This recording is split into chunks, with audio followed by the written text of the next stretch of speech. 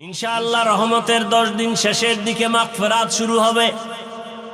আমরা যেন আর তাহাজ্জুদ নষ্ট না করি, আজকে থেকে নিয়ত করি সাহারি খাওয়ার আগে পরে 2 রাকাত তাহাজ্জুদ পড়ব ইনশাআল্লাহ।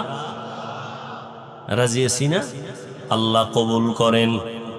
তাহলে দিনের বেলা রোজা, খানার থেকে বাঁচাবো পেট, গুনাহ থেকে বাঁচাবো অঙ্গ প্রত্যঙ্গ। রাতের বেলা তারাবি কয় রাকাত, কোনো ফতুয়া নাই, কোনো চালাকি নাই, কোনো দ্বন্দ্ব নাই, কয় রাকাত কম পড়া যাবে না। 3 নাম্বার তাহাজ্জুদের নামাজ সারা যাবে না।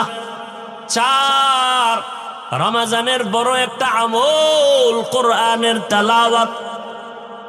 কিসের তেলাওয়াত? কোরআন নাজিলের মাস, তারাবির মাধ্যমে 1 খতম দিতেছেন, আলহামদুলিল্লাহ।